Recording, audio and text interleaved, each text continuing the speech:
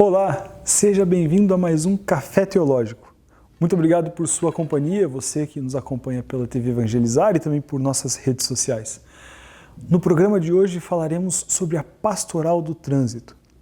E para falar sobre esse assunto atípico, uma outra personalidade também bastante peculiar, teólogo, mas também sargento da Polícia Militar, Alexandre. Tudo bem, Alexandre? Por favor, pode vir. Como é que você está? Ótimo, tudo certo? Obrigado enquanto pela recepção. Enquanto a gente toma um café, a gente vai fazer uma pausa para você poder pegar o seu também e daqui a pouco a gente volta.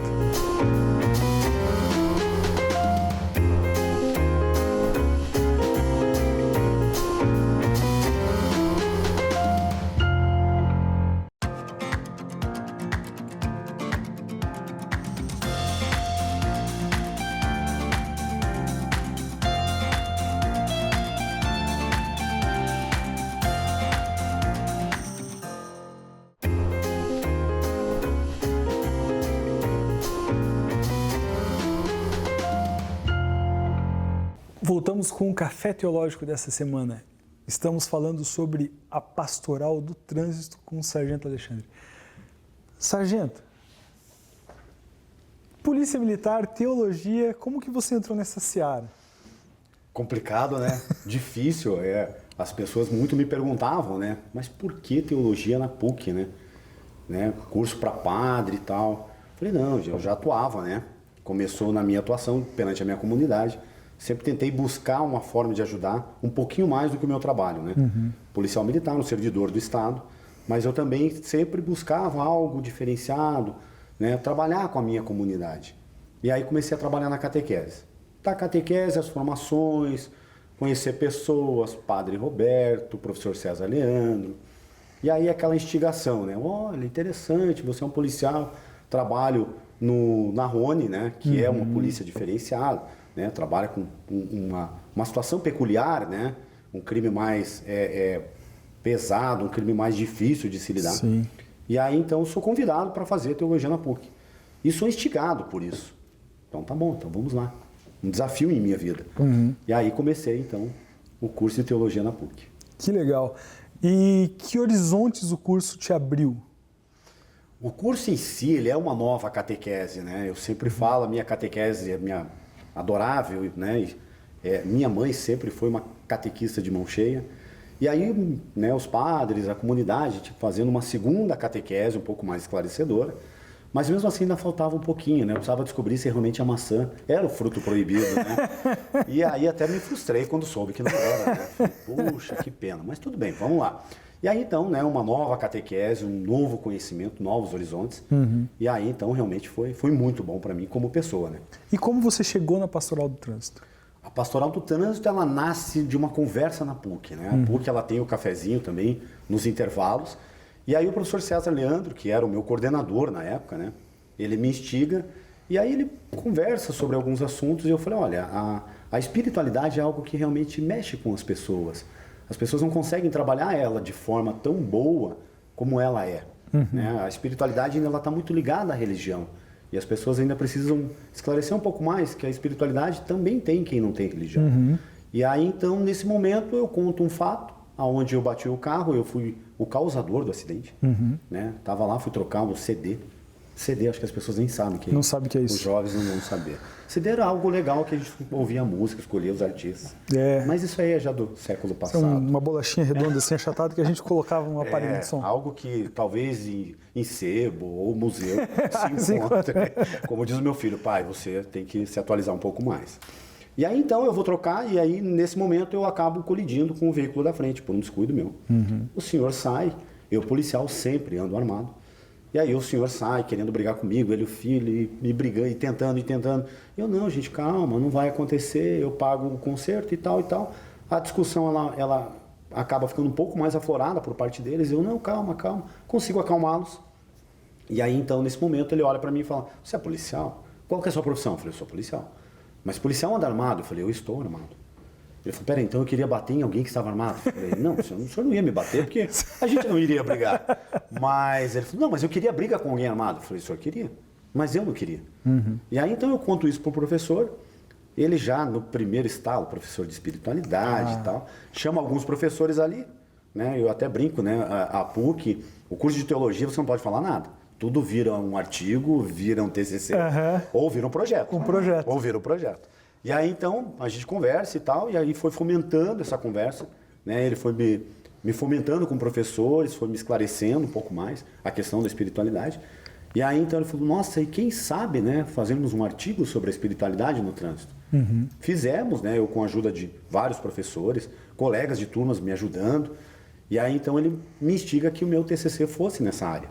Acabei fazendo. E aí sou convidado por Dom Peruso para ir lá para apresentar para ele, né? E aí aquele Olha temor, que legal. Né? E aí aquele temor, né? Olha que responsa. Dom Peruso, eu falei, caraca, agora ganhou preço o negócio. Eu preciso ter um pouquinho de responsabilidade muito grande para apresentar ele. Aí apresentamos a ele. Ele falou assim, olha, isso dá uma pastoral.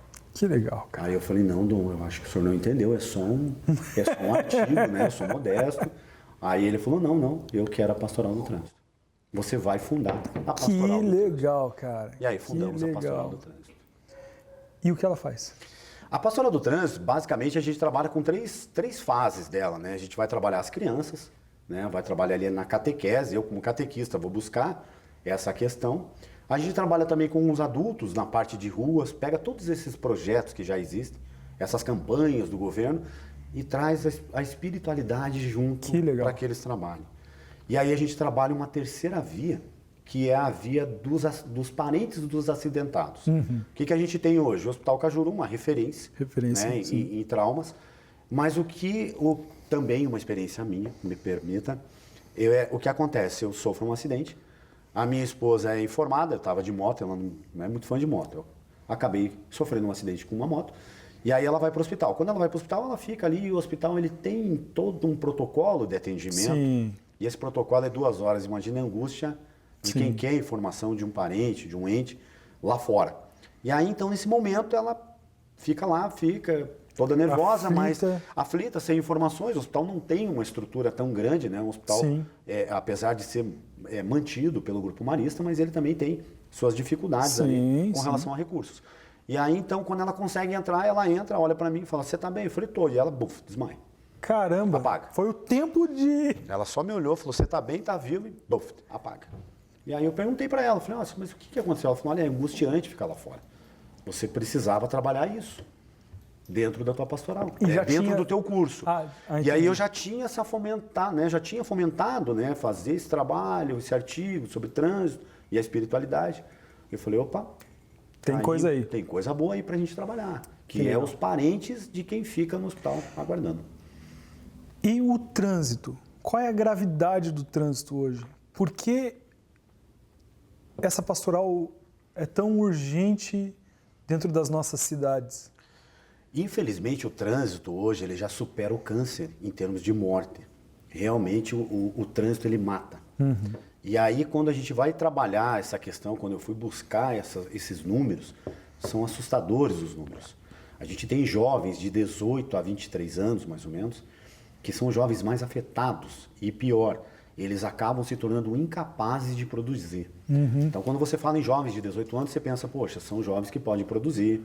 Tem uma vida inteira pela frente. E já tem que ser inseridos no mercado de trabalho, né, para que o nosso país possa fomentar e poder, né, gerar toda a riqueza. Ou seja, tem um aspecto socioeconômico também atrás disso. Tudo envolve. Né? Além da vida das pessoas, ainda tem um impacto social disso tudo. Porque você pega muitas vezes jovens que vão ser os que vão fomentar a renda dentro de uma família. E aí então você se depara com o quê? Jovens mutilados, alguns mortos, né? Então realmente o número é assustador. Que loucura. E aí essa questão do trânsito ainda não é trabalhada conforme ela tem que ser. Sabe que eu penso que num futuro, talvez uns 250 anos a partir daqui, algum historiador vai olhar para esse nosso mundo e vai falar assim, olha que absurdo, esses caras andavam a 110 por hora conduzindo uma máquina que eles que tinham que controlar. Assim, se você para ver, é uma ignorância o que a gente faz, né? Assim, o risco, a chance de dar errado é muito grande um carro na mão de um ser humano. Infelizmente né? Eu sempre falo, é quase que uma autorização para você fazer. Exato. É que você está com uma arma na mão. Se você não for muito responsável, você mata, né? E muitas vezes, eu sempre falo, a gravidade do que você causou naquele acidente, ela é muito maior do que só o dano material. As pessoas, elas se focam muito, eu tenho seguro, não tem problema. Tem problema. São pessoas que muitas vezes não têm registro em carteira, não podem recorrer a um auxílio, não pagam o INSS. Ou seja, existe toda uma cadeia ali que quando você começa a olhar, você vê o quanto de grave é a questão trânsito numa cidade como a nossa. E Curitiba, né? Eu sempre falo, o Brasil ele estava em terceiro país que mais se mata no trânsito. Nossa. E a gente está muito próximo de assumir a segunda colocação. Que é de quem, você sabe? Nós estávamos são 2 países da América do Sul. Os 2 da América do Sul. Para variar, né? Então a gente tem... e a Índia está longe, as pessoas buscam a Índia, né, como uma referência. Não, gente, a Índia está distante dos acidentes. Né? E eu sempre cito o Paraguai. Eu fui ao Paraguai, eu vi aquele trânsito, gente, não tem regra. Não tem regra. Também tive essa experiência. Olha, é incrível aquele trânsito. E por incrível que pareça, a gente foi buscar os dados oficiais do governo paraguai, e não se mata tanto quanto se mata no Brasil. Que loucura. E é uma arma que você tem plena confiança de que não vai acontecer com você, né? Quando você carrega uma arma, uma faca, um revólver, você tem essa postura que você teve, porque você sabe que se você perder a tua linha ali, pode dar muita coisa errada. E é uma arma que você acaba não tendo a responsabilidade que você deve ter, né? Porque quando você tem um revólver, uma faca, você sabe que aquilo lá pode ferir alguém, você tem aquele comportamento que você teve, né? Sabendo que se você ultrapassar o limite ali, algo ruim pode acontecer. E no carro não, no carro você tem sempre aquela situação assim, comigo não vai acontecer.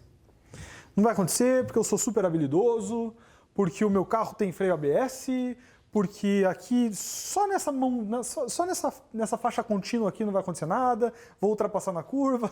E Giovanni, você está completamente corretíssimo em toda essa busca que você faz, porque as pessoas pensam isso mesmo. Né? As pessoas, ela tem, olha lá, 100 por hora. 100 por hora dá para andar 110, meu carro anda 120, 130, 140. No meu caso. Né? Então as pessoas acabam sempre buscando o que, claro, o veículo proporciona, né? E aí a gente sempre fala, né? Às vezes a gente ouve muito eu ouvia muito, eu falava muito, indústria da multa, porque não deve multar, porque não, né? Esse radar tem que tirar daqui, porque isso aqui é... E aí quando você começa a olhar os números de trânsito, quando você começa a trabalhar a espiritualidade, quando você começa a ver todo o mal que o trânsito... Né? O trânsito, quando ele não é respeitado, ele causa, aí você fala, nossa, por que não colocaram mais radares? Por que tiraram? Às vezes eu passo em ruas, olha, puxa, cadê esse radar que estava aqui? Sabe por que tiraram? É muito engraçado, eu penso assim, se você quer falir a indústria da multa, não seja multado. Não seja multado. E você vai falir a indústria da multa, não tem problema. E eu falo, é tão gostoso, né? É tão bacana, né? Eu mesmo, né? Eu vou me valer do professor César Leandro, que ele falava que depois que a gente começou a trabalhar a pastoral, ele falou, cara, hoje eu ponho uma música mais relaxante, eu deixo as pessoas passarem na minha frente. E aí eu brinco, né? Eu falo, professor, essa espiritualidade que a gente busca e tenta mostrar às pessoas que existe. Não tem. Se você tem que chegar às 8 no teu trabalho, saia com 1 hora de antecedência. Você sabe que em momento vai acontecer um engarrafamento. Sim. Então tenha calma, saia com um pouco de antecedência, não saia tão próximo. Em 20 minutos eu faço. Não, você não vai conseguir fazer. Trabalhe muito com essa questão do trânsito. Que fantástico, assim. Que legal essa conversa, muito boa, muito prática. No próximo bloco a gente continua um pouquinho mais de espiritualidade no trânsito.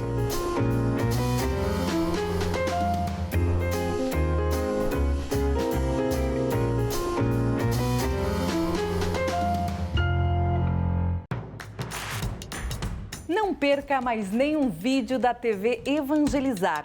Inscreva-se agora.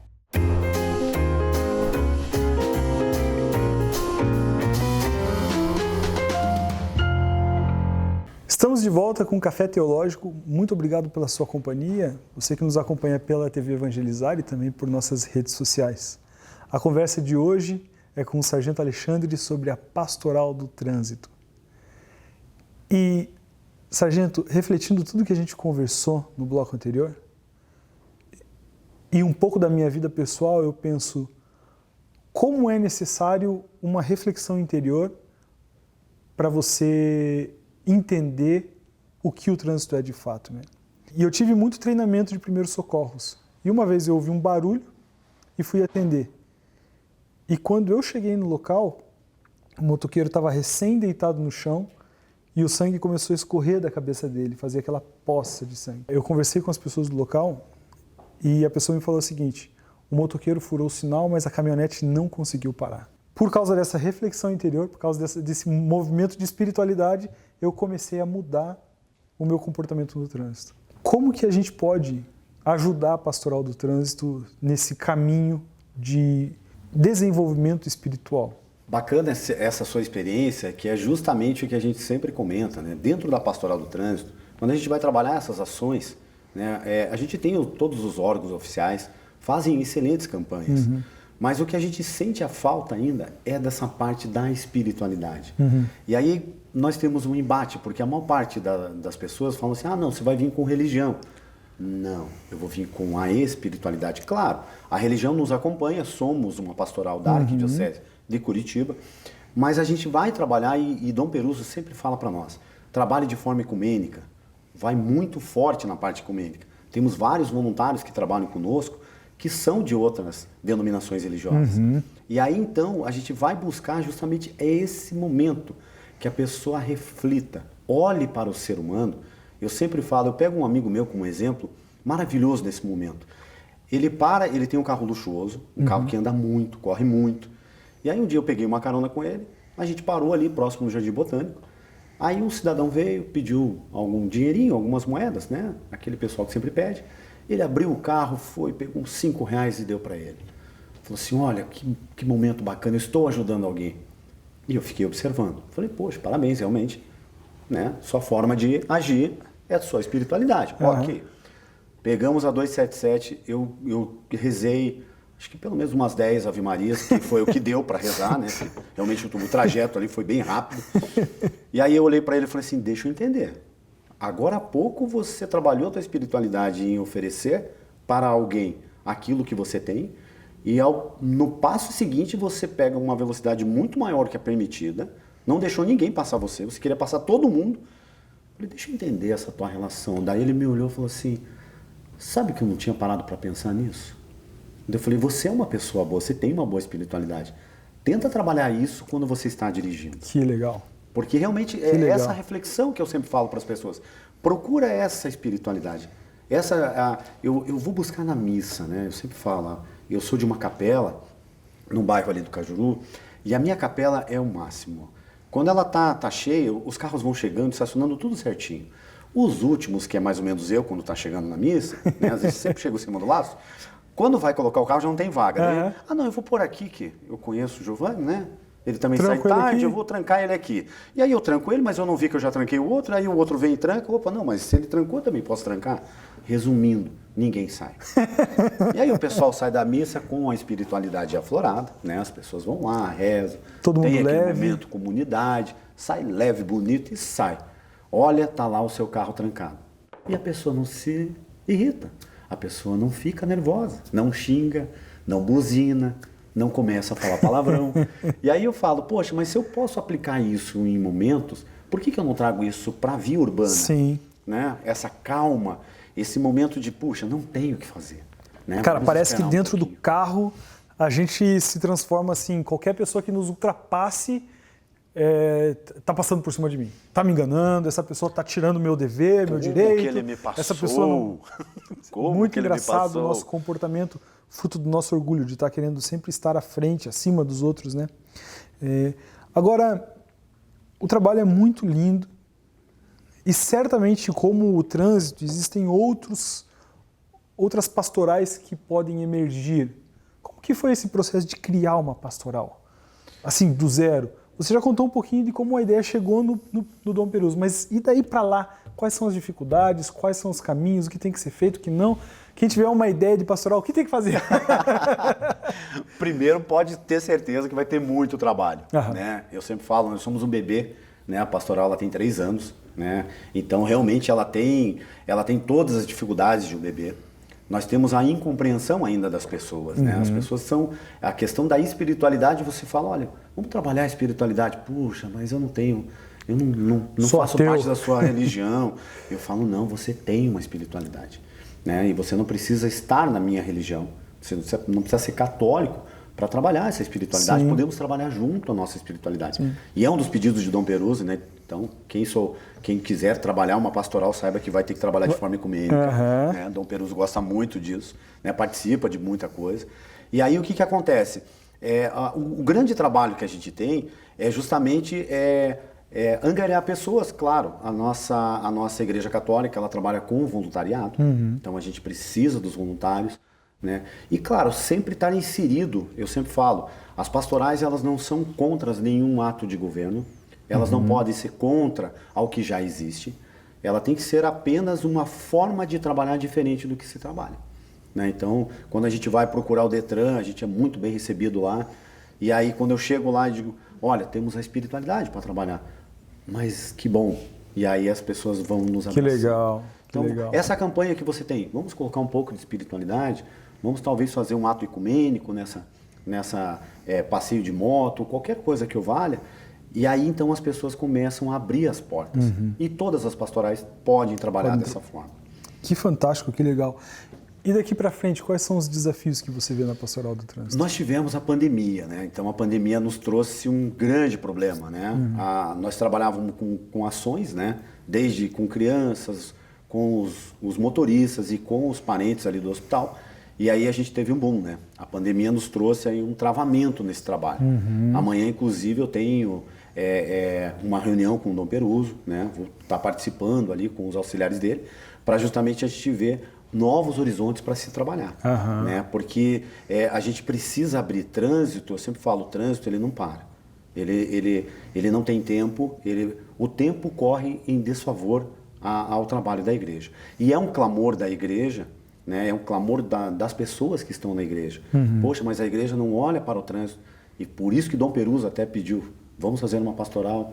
A CNBB está nos olhando, somos pioneiros do Brasil, que legal, né? Eles estão nos olhando, vendo qual é a forma da gente trabalhar para justamente estar implantando isso a nível Brasil. Que fantástico, que legal. E pensando assim, de maneira específica, vocês têm alguns objetivos claros que vocês desejam alcançar, que vocês procurem enquanto pastoral? A gente pretende estar em outras cidades ou não? Vocês vão só trabalhando... Por nós sermos de Curitiba, a gente está sendo procurado, isso que é bacana. Legal. Né? Então a gente já é procurado de outros estados, eles já nos fazem contato. Olha, a gente soube de vocês, né? Para que a gente explique um pouquinho desse trabalho da espiritualidade, né? Como trabalhar a espiritualidade dentro do trânsito. Então realmente é um grande desafio, né? E aí a gente vai mostrando para eles, olha, a gente tem um caminho, a gente vai mostrando esse caminho. Né? E eu sempre brinco, né? Até você falava de direção e tal, e a gente, por incrível que pareça, nós trabalhamos um vídeo tão simples, que é o vídeo do Pateta da Walt Disney. Quem não conhece aquele vídeo, né? Em que ele é uma pessoa, ele passa, querido, brinca com os pássaros, dá bom dia aos vizinhos, e embarca no carro, né? E vira um monstro, né? E aí a gente que é a história de muitos de nós, né? Muitos de nós somos assim, né? A gente tem esse hábito de, né? Ter o volante, né? Poxa, agora eu vou ser o Ayrton Senna, né? Vou ser um piloto de Fórmula 1. Não, você não pode ser um piloto. Até os pilotos morrem. Sim, você fala, até os pilotos morrem. E aí a gente tem, né?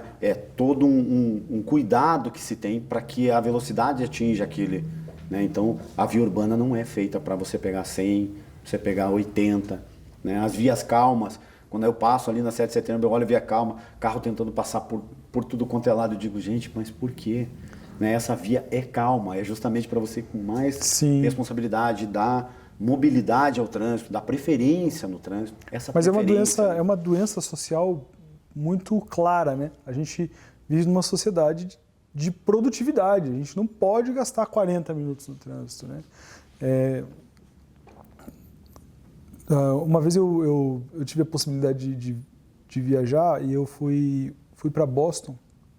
E eu cheguei lá e eu tinha que percorrer vários e vários quilômetros até chegar à cidade. Eram 14 ou 15 quilômetros.